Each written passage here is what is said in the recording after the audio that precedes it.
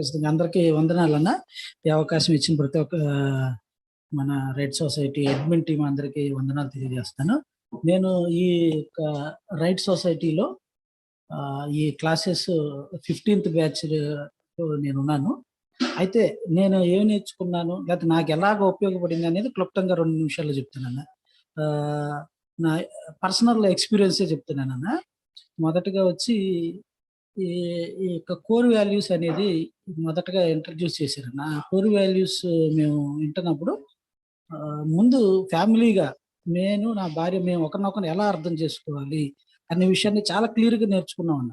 అంటే మేము విశ్వాసులం గదా! మేము బానే ఉంటాం అనుకున్నాం కానీ, ఇంకా ఈ ఈ చాలా విషయాలున్నాయి నేర్చుకోవాల్సినయి, తెలుసుకోవాల్సినయి అన్న ఆహ్, నే విషయాన్ని నేను గ్రహించానన్న.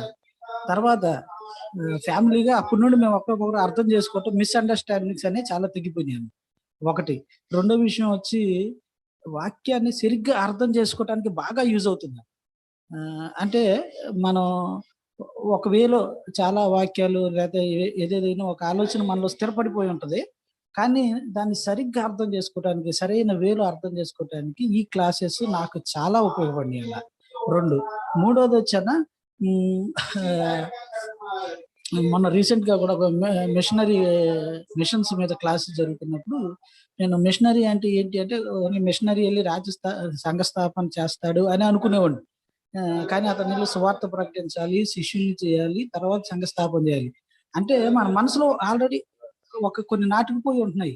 ఇక అదే మనం అనుకుంటాం అన్నమాట.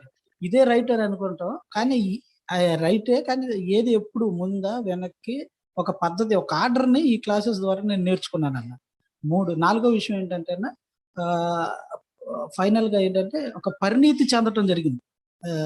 పరిణీతి చెందటం అంటే ఆయన దేవుని ప్రణాళికలో ఉంటూ ఆయన రాజ్య స్థాపన కొరకు పనిచేసే విధానంలో ఆహ్, ఎక్స్‌పీరియన్స్ అన్ని క్లాసెస్ వినటం ద్వారా దేవుని యొక్క ఉద్దేశాలు ఏ విధంగా ఉంటాయి, ఆయన ప్రణాళికలు, తర్వాత మనం ఏ విధంగా వర్క్ చేయాలి అనే విషయాల్ని బాగా అర్థమవుతుంది. ఒక పరిణితి ఎక్స్‌పీరియన్స్ వస్తదండి. ఇయేంటంటే ఎక్స్‌పీరియన్స్ ద్వారా వచ్చే మాటలన్నమాట. ఇంకా చాలా విషయాలు నేను నేర్చుకున్నాను, నేర్చుకుంటున్నాను. ఇంట్రెస్ట్ కూడా చూపుతున్నానండి. థాంక్స్ అన్న. ఈ క్లాసెస్ గురించి థాంక్స్. మీ అందరికి కూడా నేనిచ్చే సలహా ఏంటంటే మీరొక్కరే కాకుండా మీ భార్య, భర్తలతో కూడా జాయిన్ అయితే భలే థ్రిల్లింగ్‌గా ఉంటది. ఆహ్, థ్రిల్లింగ్‌గా ఉంటదనమాట. రెండోసారి చెప్తున్నా. ఓకే. చక్కగా, చక్కగా భార్యాభర్తలు ఇద్దరు కలిసి డిస్కస్ చేసుకోవచ్చు. రోజంతా మనకు అదే సంభాషణ ఉంటది. ఉదయాన్నే ఆ క్లాస్ వింటాం. మళ్ళీ సాయంత్రం వచ్చినా కూడా డిస్కషన్ ఇలా చెప్పారు ఇది ఇదని. అరే ఇద్దరు ఉంటే చాలా థ్రిల్లింగ్‌గా ఉంటది. దేవుని పని చేయటానికి కూడా ఈజీగా ఉంటది. అర్థం చేసుకోవటానికి బావుంటది. ఇది నా సజెషన్ అండి. థాంక్స్ అన్న.